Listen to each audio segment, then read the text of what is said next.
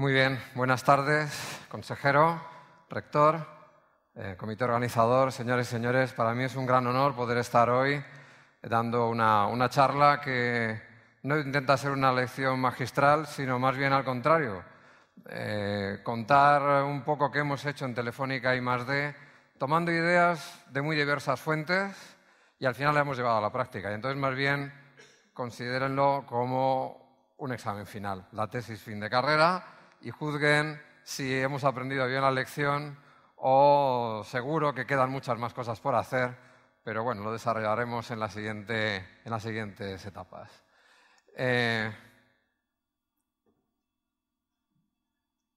Sin innovación no hay futuro. La verdad es que el título de mi ponencia no podía ser otro que el título de estas jornadas, y es muy apropiado. Sin innovación no hay futuro. Primero, ¿por qué hace falta la innovación? En un monopolio no hace falta innovar. Cuando no hay competencia, no hace falta innovar. No es necesario. Por el contrario, cuando hay excesiva competencia, es una economía de subsistencia.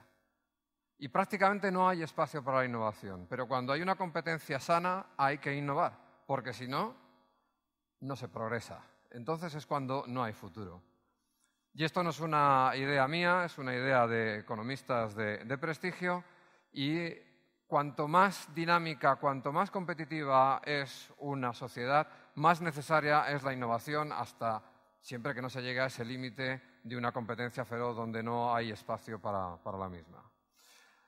Me van a permitir un poco que comience hablando de lo que es Telefónica, para situar un contexto lo que es Telefónica y Telefónica I+D, la compañía que yo presido. Hoy en día Telefónica es la primera operadora internacional integrada de telecomunicaciones, con 277 millones de accesos, con 257.000 profesionales en todo el mundo y con presencia en 25 países. Es una operadora muy grande de telecomunicaciones, pero que empezó, como saben, operando aquí en España, y la primera empresa que se creó, la primera filial, fue Telefónica I+D, precisamente para hacer un proyecto muy innovador. La primera red de comunicación de paquetes del mundo se hizo aquí en España, la comercial, y era una red X25, que era para conectar los cajeros automáticos de los bancos y las oficinas de los bancos. Por eso tenemos una banca tan avanzada, aunque no lo crean, la banca española es muy avanzada y lo ha sido desde hace muchos años. Tanto que una innovación como la primera red de conmutación de paquetes la adoptó inmediatamente y nos anticipamos precisamente a la era de Internet. Y Telefónica I+D se creó para hacer los conmutadores de paquetes. Y en toda la trayectoria de Telefónica I+D ha habido innovación y se han hecho diversos productos. Hoy en día, en innovación, Telefónica está dedicando del orden de 4.290 millones de euros anuales. Estas son cifras del año pasado. Lo que pasa es que la mayor parte de esta innovación va en despliegues, en equipos que son necesarios para precisamente desplegar estas innovaciones en esta red tan grande que tenemos.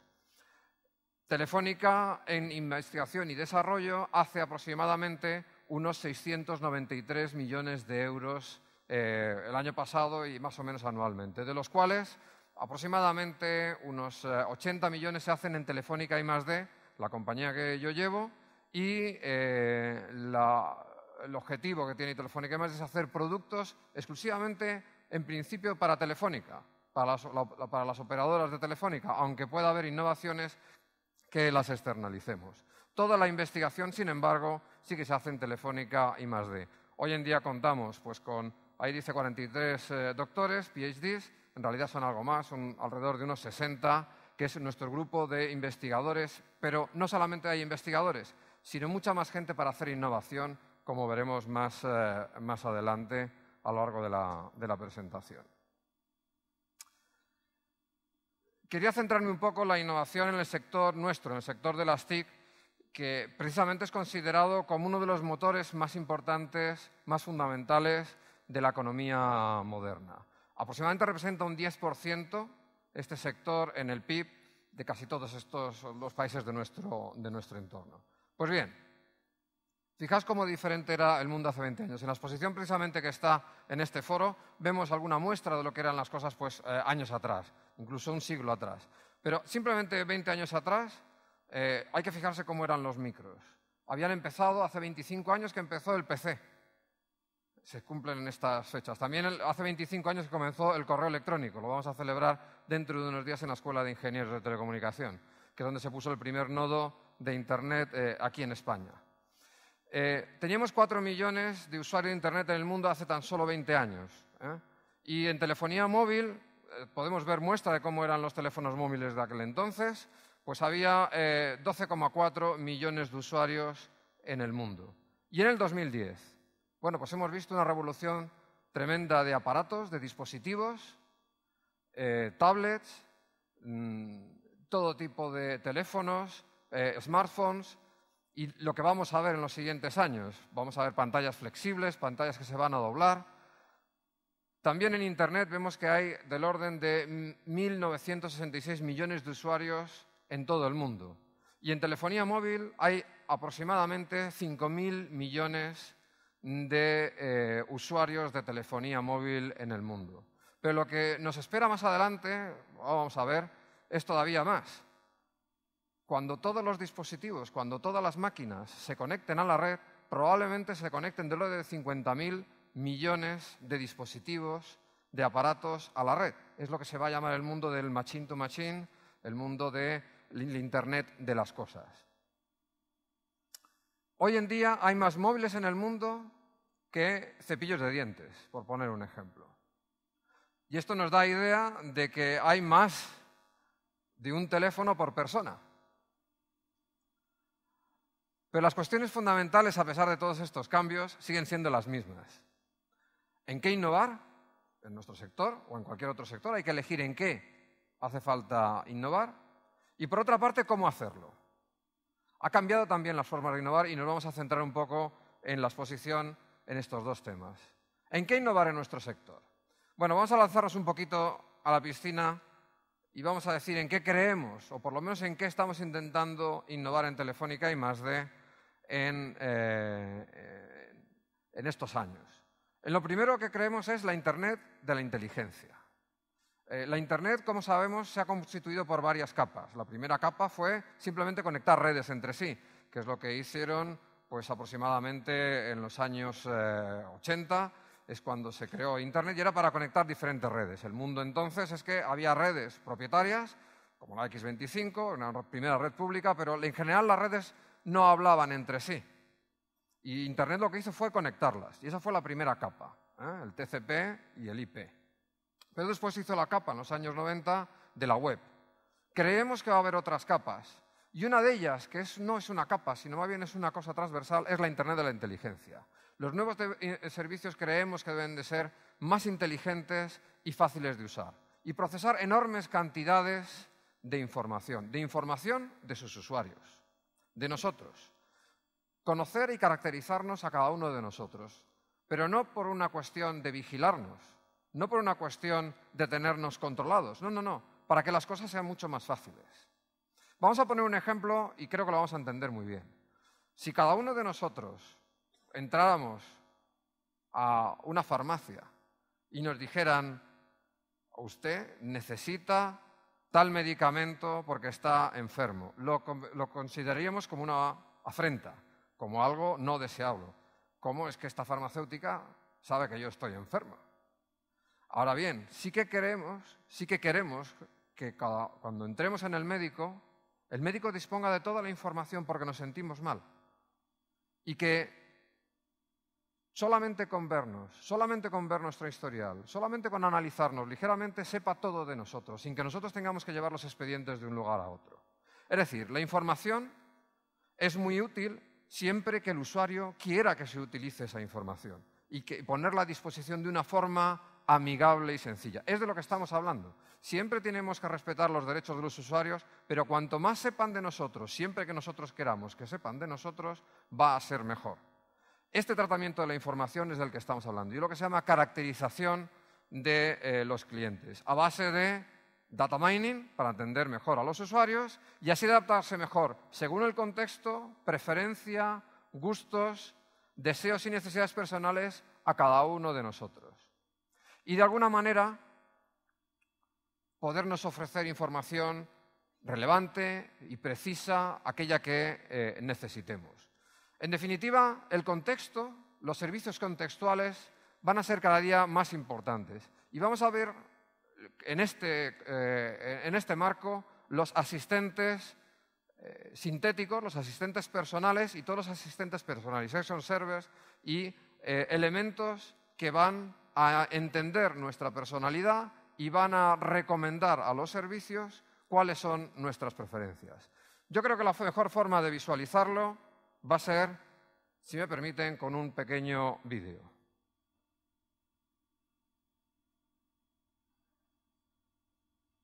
Supongo que habrá sonido.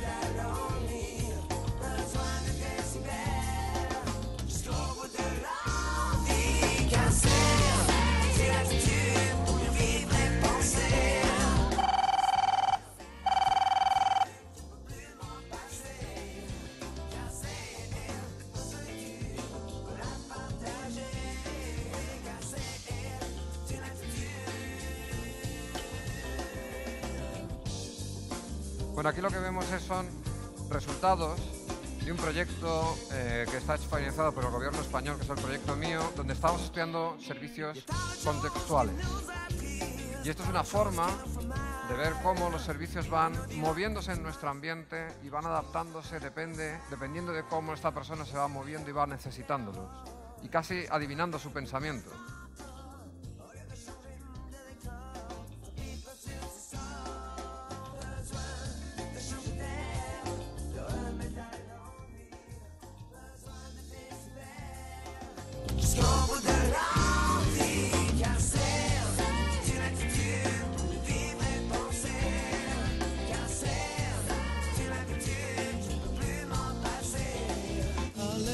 Still makes me glad.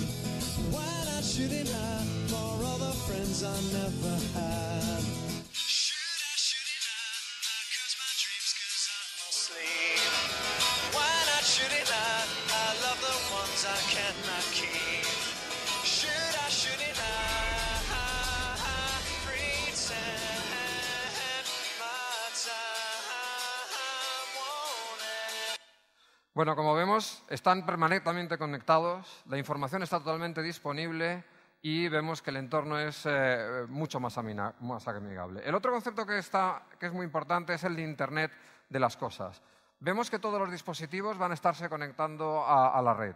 Pueden ser en un futuro del orden de 50 millardos, miles de millones de dispositivos conectados. Vamos a una conexión totalmente ubicua de máquinas, dispositivos, objetos. Incluso en otro contexto esta mañana estábamos hablando del animal. Hasta los animales, las plantas, van a estar conectadas para poderlos monitorizar, seguir, ver sus enfermedades y poderlos tratar de una forma mucho mejor de la que estamos haciendo ahora. Y en nuestras ciudades, el concepto de las Smart Cities, de los Smart Airports, de los Smart Ports, de los Smart cualquier cosa, para que sea mucho más fácil el mantenimiento, la gestión del mundo físico y que este mundo físico interactúe con las personas de una manera mucho más eficiente, mucho más amigable y además con unas eficiencias en energía, en coste y en tiempo. En definitiva, para aumentar la calidad de vida de las personas. Y esto es por lo que nosotros estamos también tratando de una forma muy decidida en Telefónica I+D y estamos promoviendo a nivel nacional y a nivel europeo un PPP, una iniciativa europea del Internet de las cosas y la Internet de los servicios, de la Internet del futuro, donde estos objetos cooperarán entre sí en un entorno amigable y de interacción con nuevas capacidades. Pero al final, lo importante es la Internet de los servicios, por encima de estas dos cosas. La Internet de las personas. con una tecnología muchísimo más humanizada. También veíamos en el vídeo que hemos puesto de Continuity que las cosas eran como más amigables, más fáciles. Bueno, esto lo hemos estado viendo en la evolución de estos últimos años en dispositivos como el iPhone, como el iPad, que lo que se ha hecho es muchísimo más amigable. Vamos a ver cómo van a ir aumentando las interfaces gestuales con nuestros sentidos, donde nos permitirán hacer las cosas de una forma muchísimo más natural y allá donde estemos, como veíamos también en el vídeo que hemos puesto antes. Y con un lado muchísimo más social, que es otro de los conceptos que en estos últimos años ha tenido una tremenda revolución. Bien sea en el mundo físico o también en los mundos virtuales. Esto que ha tenido un pico de hype, que llaman los ingleses, como de emoción, en los últimos 2 o 3 años con los mundos virtuales, y ahora queda un poquito más diluido, pensamos que va a revivir y que al final van a ser los mundos híbridos, donde va a ser muy difícil distinguir si nosotros estamos en un mundo real o en un mundo virtual, porque la Internet, que ahora mismo es bidimensional, se va a hacer pues parecido a My Second Life, como si navegáramos en espacios tridimensionales y ahí tuviéramos las comunicaciones, ahí tuviéramos avatares y personas reales en espacios mucho más amigables, mucho más fáciles, donde sea difícil distinguir, como decía, lo que es real y lo que es virtual. Todo ello protegiendo, como decíamos, nuestra identidad y nuestra privacidad, que creo que es un aspecto fundamental como individuos. En definitiva, lo que pensamos es que las personas estarán más cerca, mejor conectadas, de una forma mucho más amigable, donde los modelos de comunicación sean híbridos, sean tridimensionales y el vídeo, que ya está teniendo un desarrollo muy importante, va a tener un desarrollo decisivo con este concepto en el futuro. Bueno, esto es un poco la idea que teníamos en qué innovar. ¿Y cómo innovar?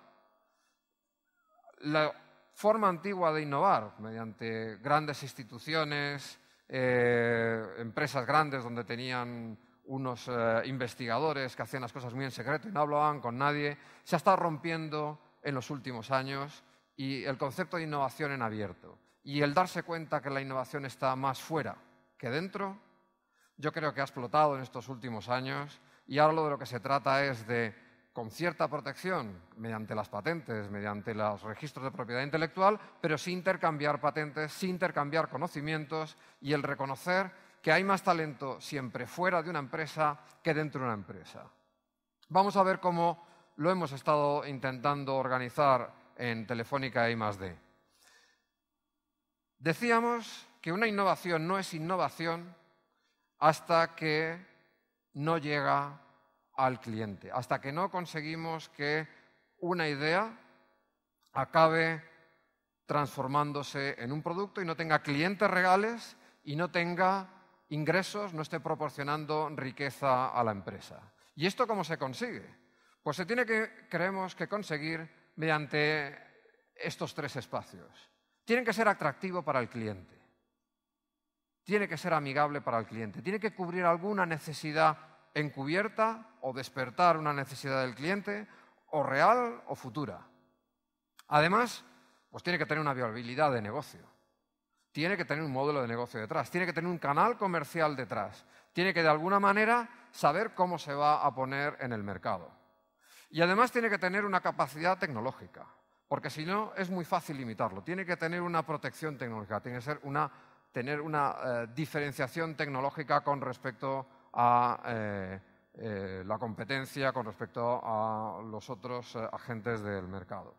El espacio bueno está justo en el medio, que tenga un poco de las 3 cosas. Y creo que en cualquier centro de investigación moderno precisamente está enfocado en esos 3 globos, en esas 3 áreas.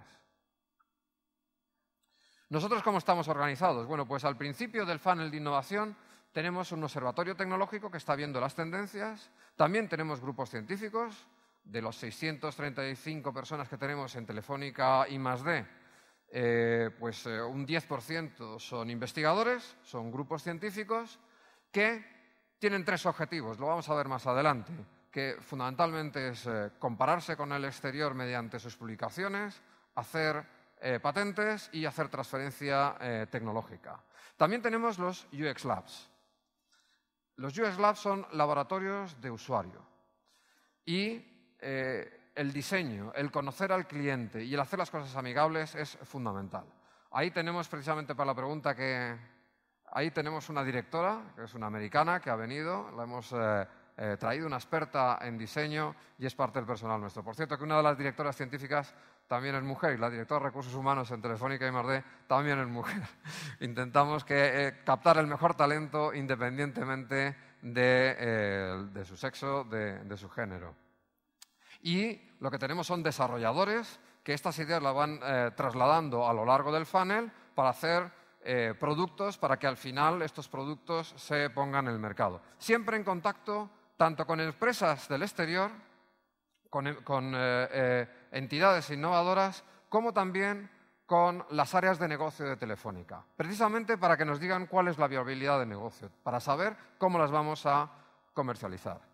Los grupos científicos, como decíamos, su objetivo es triple, es patentar, después compararse, hacer publicaciones de las cosas que están haciendo para contrastarse internacionalmente, relacionarse con universidades y con centros de investigación de todo el mundo mediante este segundo mecanismo, y el tercero es hacer transferencia tecnológica, pasar el producto, pasar su idea a producto.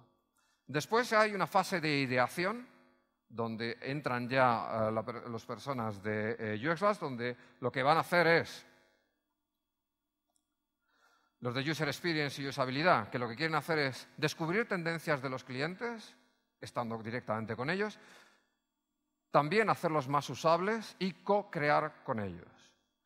La idea de co-creación con los clientes, con los usuarios, yo creo que ha sido fundamental en este nuevo paradigma de la innovación. Y hemos visto el éxito que ha dado hacer esto. Porque, en definitiva, si vemos Apple, que es considerado uno de los más innovadores, bueno, la verdad es que innovador, el iPod no es un invento suyo, es un invento externo. La pantalla táctil tampoco es un invento suyo. El teléfono, no inventaron el teléfono. No tienen patentes prácticamente de estas cosas, pero han sido muy hábiles en integrarlas y en hacer productos apetecibles para los clientes, apetecibles para los usuarios. Y esta parte de verdad que es fundamental. Y es muy importante que los investigadores estén con los investigadores de cliente y que se den cuenta de lo que realmente quiere el cliente. Y además los desarrolladores tienen que también desarrollar con los clientes. Hemos cambiado la vieja metodología de Waterfall, donde se hacían unas sesudas especificaciones durante mucho tiempo entre marketing y los desarrolladores y los tecnólogos, y después desarrollaban durante unos cuantos meses para traer un prototipo que la mayoría de las veces no respondía a las expectativas. Y lo hemos sustituido por metodologías ágiles, donde se hacen pequeñas iteraciones. Se ha ideado y se ha conceptualizado una idea con los clientes, pero no les abandonamos. Ahora empezamos a desarrollar. Hacemos un pequeño desarrollo y lo mostramos a los clientes, a ver si les gusta.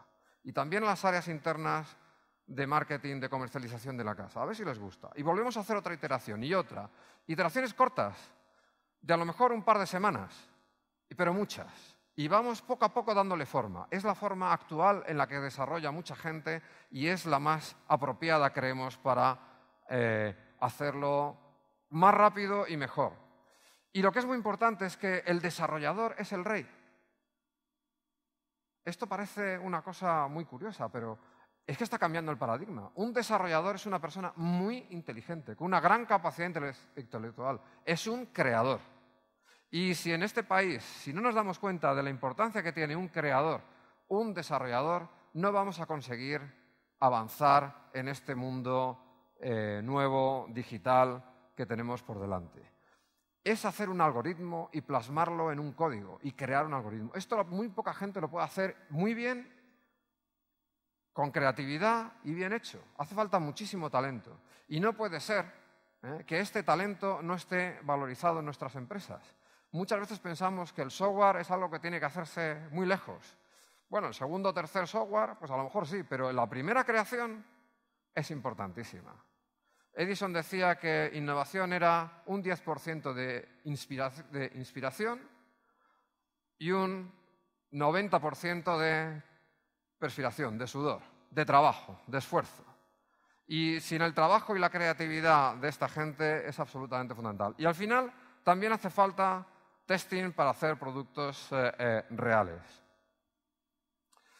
Estamos organizados de una forma distinta en Telefónica I+D, de una forma matricial, donde tenemos iniciativas, tenemos por cada producto un product manager, pero este product manager va formando un equipo dependiendo de en qué estado se encuentra la iniciativa hasta que llega al producto. Al principio hay investigadores, después se va metiendo gente de user experience, después se va metiendo desarrolladores, después gente de quality assurance hasta que llega al producto. Pero estos knowledge groups están organizados de una forma que se respetan unos a otros y se cualifican unos a otros, no solamente por el trabajo en el que están haciendo, la iniciativa en la que están, sino si yo soy el experto en Java, esta gente es toda la que es experta en Java y yo voy a clasificar a los que son expertos en este determinado lenguaje o en esta determinada tecnología. Es una estructura compleja, matricial, pero que es muy dinámica. ¿Cómo podemos evolucionar hacia un contexto que promueva más la innovación en general? Bueno, pues aquí van un poco de ideas en general para fomentar la cultura innovadora. Primero, fomentando una cultura emprendedora tolerante al error. Fallar es bueno y eso choca mucho con la mentalidad continental, de Europa continental. Fallar es bueno y la gente que ha fallado es que se ha arriesgado y esa hay que valorarla. Y nosotros estamos captando gente que ha tenido empresa que ha quebrado, que ha fallado su idea, porque es gente con ganas de hacer las cosas, no importa fallar. También impulsando iniciativas financieras, fiscales, educativas. Se fomenta la innovación en España, pero hace falta, yo creo, un impulso todavía más, no a la investigación, que yo creo que está dotándose y se ha avanzado mucho en estos años, sino a la parte intermedia. En definitiva, desplegando iniciativas reales de compras públicas, porque para innovar hace falta educación, se dice, hace falta investigación, hace falta capital riesgo, espíritu de emprendedor, pero hacen falta proyectos iniciales. Hace falta que alguien esté dispuesto a decir, venga, yo te voy a comprar esta idea aunque no la tengas hecha. Internet salió porque el gobierno americano, porque el Ministerio de Defensa dijo, venga, desarrollemos esta idea, desarrollemos esta red. Y esto hace falta mucho. Hay un orden de magnitud entre lo que gasta en innovación, no en investigación, que es igual más o menos en Europa y en Estados Unidos, pero en innovación, en esa parte intermedia, hay un orden de magnitud entre Europa y Estados Unidos. Es muy importante desplegar iniciativas reales de compras públicas, que la legislación se está poniendo, pero hay que implantar esa política. Y creando un marco global europeo de gestión de conocimiento y protección de resultados, precisamente para poder intercambiar las patentes, poder intercambiar las ideas y que haya un mercado de la innovación. E impulsando acciones legislativas en general dedicadas a fomentar la I+D. Me van a permitir que termine ya pues, con la historia de Tipex.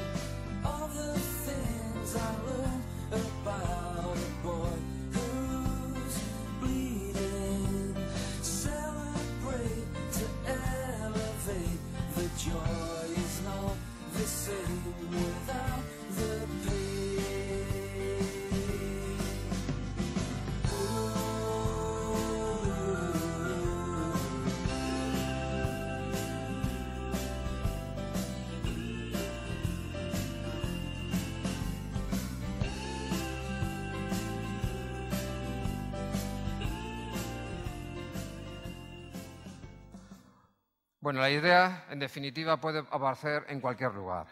Y tenemos que estar con los ojos atentos a dónde están las ideas.